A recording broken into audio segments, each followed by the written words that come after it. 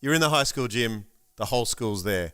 Maybe you went to a bigger school than me, I don't know. But at my school, you could fit the entire student population in the high school gym. And, you know, the big kids got the half a dozen seats that were available. Everyone else had to sit cross-legged on the hardwood floor. But the reason you were there was because the teachers were going to stand up and give out awards.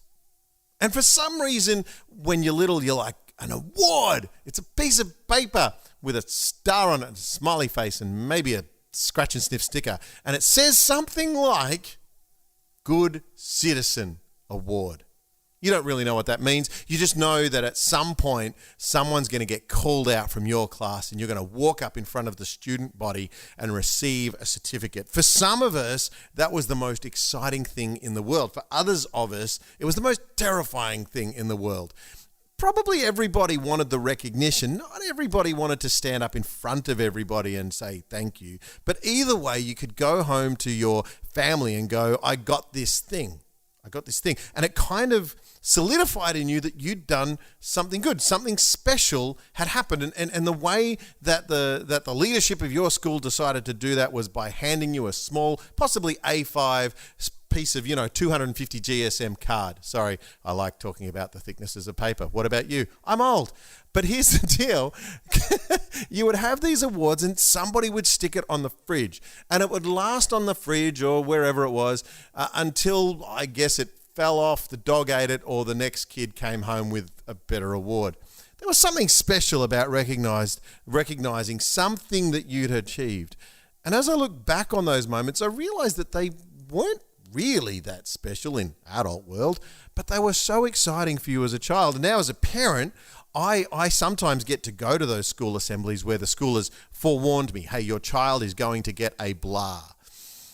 It's important to mark special occasions. It really, really is.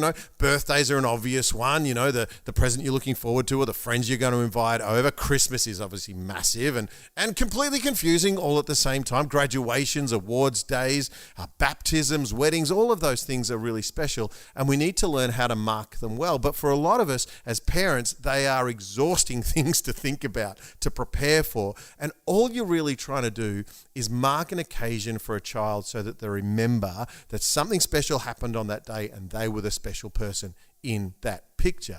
As much as, we go to stupid lengths sometimes to do it, we need to remember that actually the simple things, that little card that I got at school in grade 5 for being a good citizen, that meant something to me. And I want to encourage parents that maybe you're forgetting about how simple it can actually be. Jesus actually marked occasions really, really well. He was good at a few things, Jesus, wasn't he? But, he was good at showing up at weddings and making sure everybody had, oh, wait, that was a big deal because he kind of turned water into wine.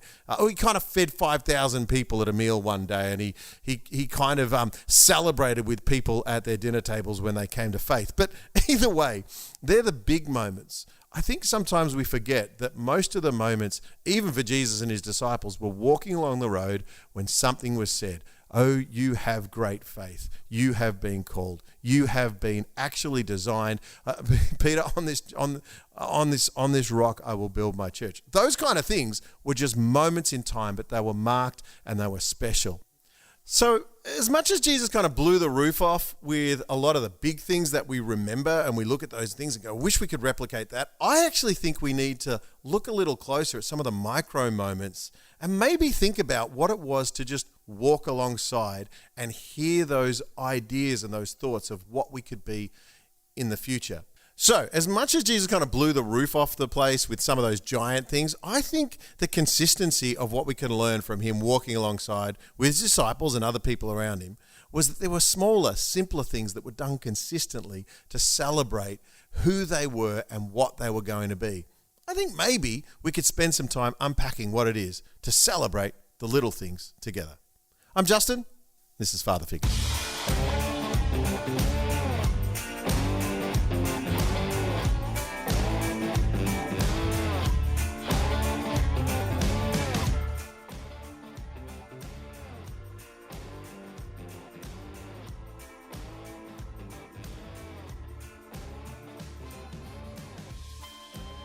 Dear listener, it's been, 2 possibly a week since we last spoke. It might be a month since you last picked up the pod, but we're glad you're with us, and I'm super stoked to have in the podcast spaceship today, Heath, the hairy.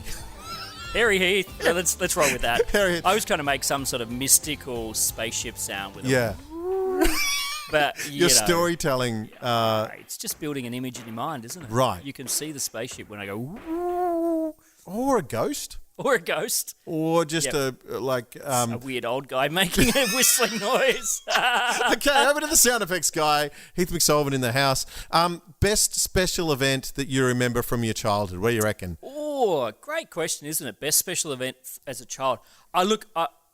It's going to sound ridiculous. The first thing that comes to mind is I think it was probably my maybe 10th birthday party. Yeah. And at the time, my parents were building a granny flat in the backyard for my grandparents to move into, and they'd sunk all the holes for the footing. They'd done all the holes.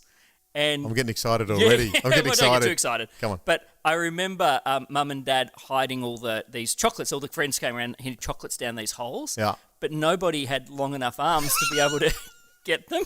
So was it a prank? Well, we ended up trying to find the smallest, skinniest kid that we could lower down into the footing holes in the ground. And I think I'm just We thinking buy of various. the parents at pickup yeah, time. Mum and Dad coming out, and there's us holding onto a set of legs with a kid halfway down a hole, trying to get the little mini Mars bar out. Hey, that's my memory. Wow. What So about- hang on, is it a special memory because that was just a silly thing that happened? I mean, I remember the party. I remember having Yeah. lots of kids over, and Yeah. you know, when you're 10 and you have your friends over to your house for Yeah. your birthday was a pretty big deal. Yeah. But that's something I remember that happened. Yeah, it's interesting, isn't it? Because you're not necessarily remembering the present you got No. or the special cake that Mum made. No. You're remembering the event that happened within the event. Yeah, It's correct. the little things. And it was you know what it's like as a kid, when you're sort of almost proudly showing off your The hole my house. dad, Yeah, the hole my dad dug. the kid, I mean, 10-year-old Bet boys. you your dad couldn't dig a hole this Hey, big. well, that's it. 10-year-old boys obsessed with holes in the ground. And especially when there's a lolly in the bottom of it. Oh my goodness! I've Like- just come up with a new gardening technique. That's great. Hey kids, I need the. We need to Need dig the a hole. paddock. We need to dig a hole. Dig a hole. For you, what springs to mind when you think about? I feel really bad right now because if my parents are listening, I feel really bad because I no specific memory comes to mind. So either they neglected me a lot more than I realised, or I've just been blessed with with a Every terrible event memory. was special. Every Yeah. event. I do remember. I think we've talked before about, for me, my strongest childhood memories are the moments where Mum and Dad included me in the adult thing they were Yeah. doing. Going to the special meeting or the concert or whatever. I remember having friends over and building the BMX jump. Yeah, I don't know if you ever tried building the BMX Oh yeah, jump. totally, all the But time. you got to do it, and you got to do it with the most oddly shaped bricks possible to Yep. make the ramp thing as Didn't- unstable as Yeah, possible. yeah. You don't want to use any engineering skill. Ooh, heck is no. the point. No. And you want a plank of wood that only just fits Yeah. the bike tires Yeah. at the length. and So there's a good bump as you hit the bottom of the ramp to enter it. so you wanted to set it up so that you had the opportunity to fly through the air as you were dreaming that was about to Yeah. happen, and or watch your friends, Yep. basically hurt themselves yeah. as the bricks went from under the Yeah, plank yeah. And whilst it they just fell lost the flat. front wheel off the great. yeah. So I remember things like that. I remember those sorts of things. And I'm sure they must have been birthday parties. And I remember that Mum had that cookbook that everyone had that had the cakes in it. Was it the Women's Weekly? Oh yeah, birthday yeah, cakes? yeah, it was. You had to have the Women's Weekly birthday cake book. Yeah. And as I recall, and forgive me, Mum, I don't remember, but I feel like you didn't love making birthday cakes. Yep. There was, amongst other parents, you realise now, because you've been a parent for a while, that there is a little bit of a competitive edge to the cake making Yep. propaganda that goes on at birthday parties. But yeah, I remember asking for the train cake. Oh yeah, right. Okay. I don't know if I ever got the train cake. but in your mind, you had it. Yeah. Yeah. And we definitely would have had. This is terrible. I feel like a bad child right now. But I guess that's kind of my point, is that for different personalities, right, we go to all this effort to create special moments for our kids. And I don't know, my general thesis is it's not necessarily the big marquee moments that we think are going to be the big marquee moments. So when I go back then and think, what was maybe another special time that wasn't your birthday or something like that with the parents? I think the other one that springs to mind is like a family holiday where we hired a camper van, like what would it have been, one of those Mitsubishi L300. Oh, come on. But a camper van. We had a Mitsubishi L300. Yeah, but the camper van version. Oh, the camper van. And we drove from, I remember we ended up in Magnetic Island. So I don't, though, remember driving from Melbourne to Can I make a joke about Townsville. how it was just really magnetic and that's how you found it? Would that be bad? Would that be poor? that would. Yeah, okay. Well, I won't make that joke then. But I got a strong memory of going on that holiday, and my auntie lived in the Gold Coast, so that was a little stopping point. But I feel like we just drove for 2 days straight, got to the Gold Coast, probably stayed overnight, felt like a week to me now. Yeah. Drove another 2 days straight to Townsville. Yeah. And then caught the ferry across and visited Nana and Pa on Magnetic Island. Oh, my word. But that's a strong memory. Now, I don't... You could put the word Odyssey in front of that Oh, one. my goodness, That's great. I think it was a 2-week holiday is my vague memory. Yeah. And when probably mum or dad listen to this podcast, they'll remind me that, no, we actually flew. And I'll be like, no, we didn't, we drove. No, didn't we swim across the strait to get to... But, that's an event that is etched in my mind. Yeah. As a family holiday, And again, can you imagine now putting kids in the car and driving for 4 days to get to a destination? Well, I can, but 4 hours and it's a disaster. I can, but it's causing me, a lot of PTSD already, and you haven't even done it. So these special events then that we struggle and strain to think about, how do we celebrate them? For me, we've got 2 birthdays coming up. We've got the twins' birthday coming up. Wow. Boy and girl, for those Well, that's 2 birthdays right there. 2 birthdays right there. And so we've had the conversations over the years of how do you celebrate. Yeah. Do you remember we were talking to Cal in previous podcast, and he was saying you can't just call them the twins; they're individual people, and you got to treat them that way, and that's true. So they're turning 8. But you just did call them the twins, didn't you? Yeah, I did, and I will continue to because I'm old and it's hard to change habits. So and what Cal said, whatever. Who's he? Cal's going to come in here and slap me. Cal. Yeah. But we've got those 2 coming up. So essentially, we wrestle with how do you have 2 individually unique experiences for the children? Does it matter? All of that. And then we've got our second child is turning 16. And 16 is kind of a bit of a marquee age in our culture. So I don't know if you do that. 16, 18, 21 are kind of the numbers that kind of matter at those pivotal moments. My child turned 16 on Saturday, so please don't tell me that because I really haven't organised You've done very nothing, much. haven't you? Got the presents, but that's about it. Can I just say, this is father figures. So it's 2 dads talking, and all the mums listening just went, oh. That'd be right. Yeah. It'll be me on Friday night ringing Shannon. Yeah. So Ocean's birthday tomorrow. Yeah. What were you thinking? Yeah.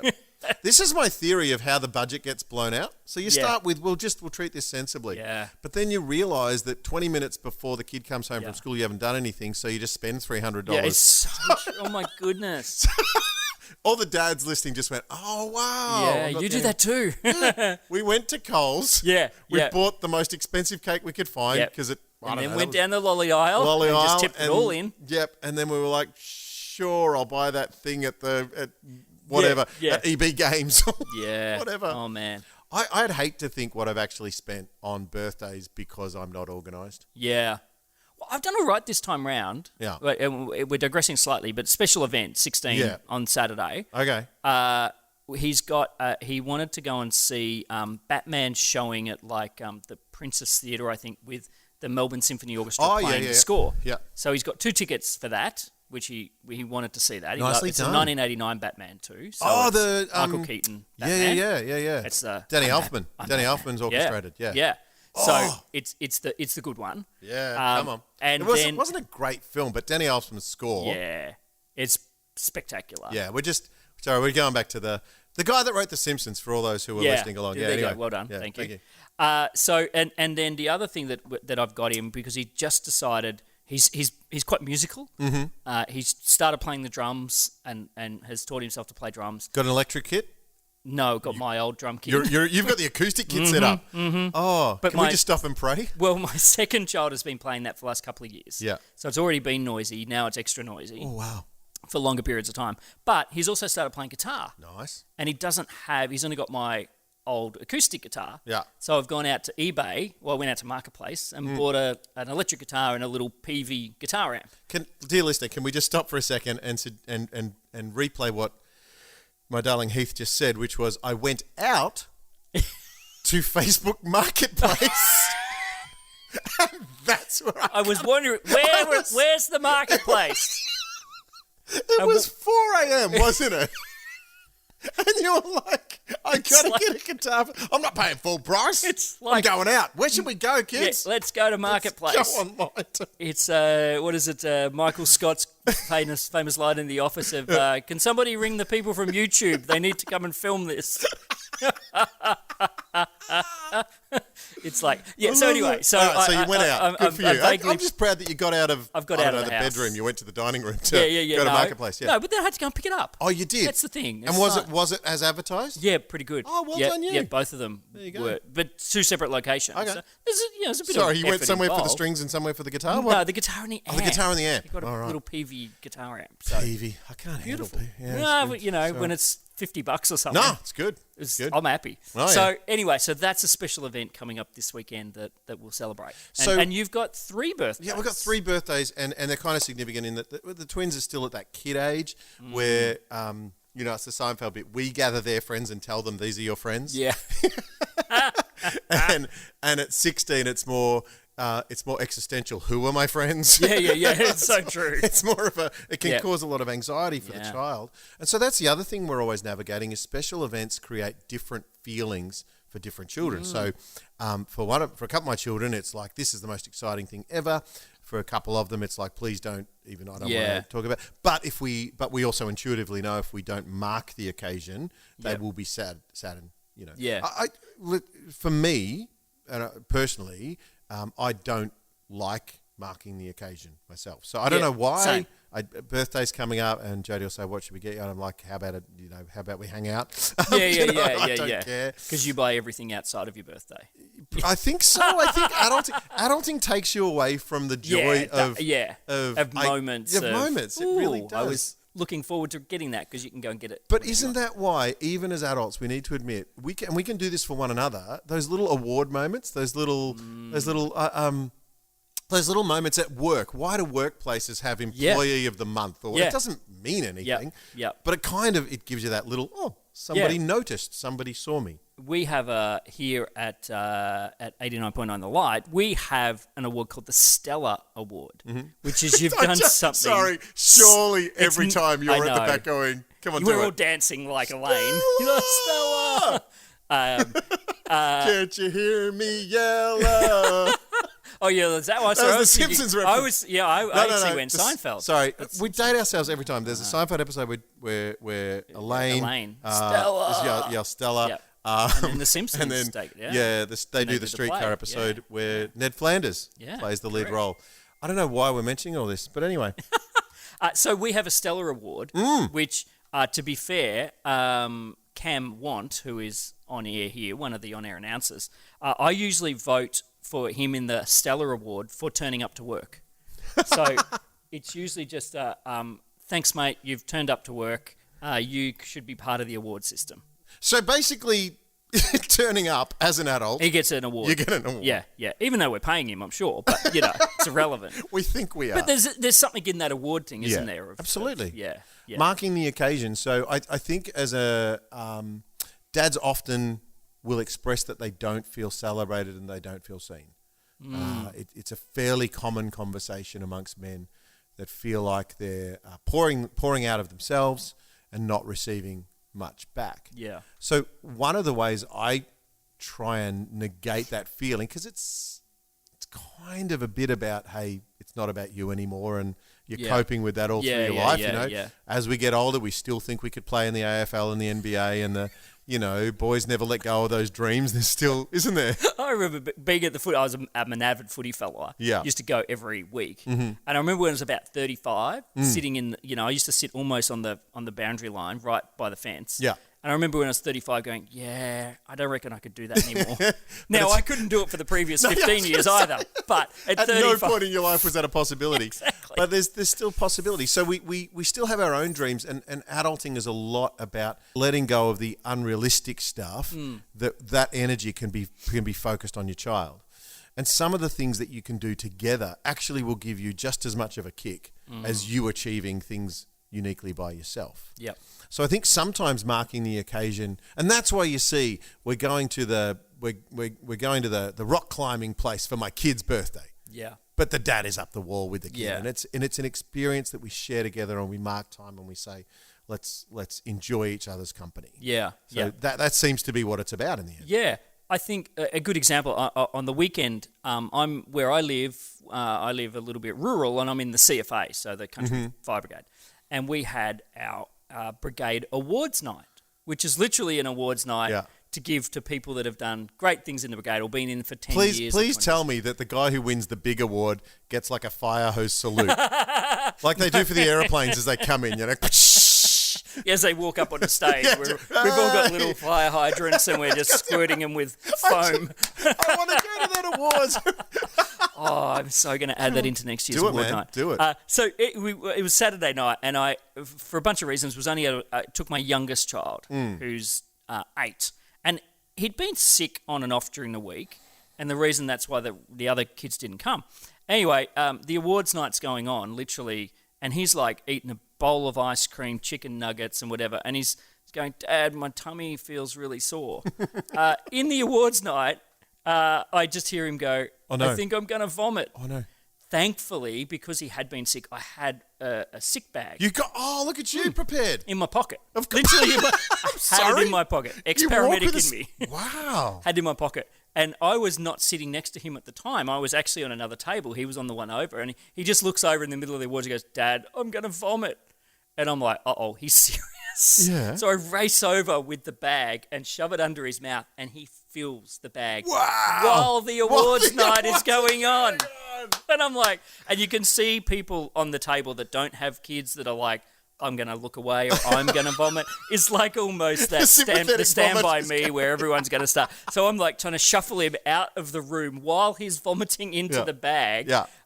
Anyway, that's my awards night story. Right, and so you will remember that awards night, not because you won an award. Not because I won an award, because my kid vomited everywhere. Anyway. Lots of things can make things special. I think, but I mean, it's the funny story, right? And so, but for me too, in the when I talk about the parenting that we do, part of it is actually trying to disciple our children as well, because I'm a preacher man, and so I have often felt that my I don't want to call it my professional life, but that's what it is. It feels like the wrong way to explain it. My calling, whatever, actually puts me under the microscope in a different kind of way. So sometimes by taking on spiritual leadership and pastoring of people, I feel like, man, I'm going to fail.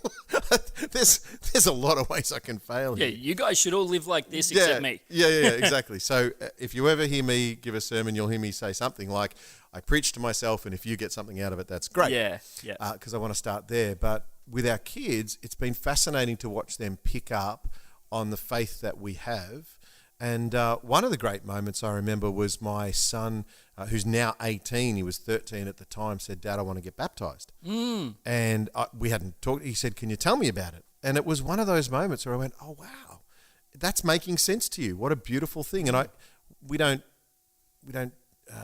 force our children into anything. Yeah. We want, I don't think faith works that way. I think faith is an acceptance of what. It's understanding, isn't it, of the things that are around you, and it just starts to make sense for kids. There are moments puzzled together. That's right. There are moments where, as a kid, you just sing the songs and you go to church or whatever, and there's this moment in a child's life where they start having their own sort of process of thought. So it was fascinating to me that he'd come to this conclusion, and I remember watching him. I didn't baptize him. His youth leaders did. Yep. And it was just a beautiful, beautiful moment. And it's something that comes up. The photo comes up every now and again, and he's still super proud of it. Yeah, wow. And it's a beautiful thing because it was his decision, his call. But it was obviously, something that he'd environmentally had been part of and chosen to become part of. It was beautiful. Were you the towel boy? Did you get to hand the towel when he I came think out I was the crying guy. The towel was for you, just to mop the tears away. I go, wow. Yeah, right. Well, interestingly, the same child who's got a 16th birthday on the weekend, we went to Facebook Marketplace the other week. Good on you for that. He's getting baptised on Sunday. Oh, wow. Yeah. And I'm sort of nervously standing around going, so am I going to be the towel boy? Do I get to be the towel guy? Is he going to, when's that going to be offered, But no word of it so far. No. So, and again, his youth leaders will do the baptism as well. But yeah, similar thing, how, talking about these moments of special events. It'll be one he remembers. And I keep coming back to the long walk in the same direction. Something that we're challenging ourselves with in this conversation is, guys, start talking. Start talking about parenting, how it feels, and don't just... It's so easy to figure out where we failed. That's kind of simple. Just ask anyone. Ask your child, where have I failed you this week? They'll tell you. They'll have a list. It'll be on their phone, but they'll have a list, yeah. But I want parents, and especially dads, to start talking about what it is to lead well, and to feel like there are good things. And it's not always that you got the birthday present right or whatever. Sometimes, I've done the panicked, I forgot and I don't have a thing, and, it ends up being something fun that they pick on me for. But it's a connection for them. Oh, Dad, you don't even, the classic is, of course, you don't even know what we get for Christmas until Christmas Day. I'm like, yep, that's because your mum's amazing at it. Yeah. And I stay out of the way. Yeah. But it becomes part of the narrative that is a connection point for us. Yeah. I think one of the things which I'm sitting here thinking about it, I'm going to go home and ask 16-year-old Ocean this question when I get home, which is two things. How do you want to celebrate your birthday on Saturday? And how do you want to celebrate your baptism on Sunday?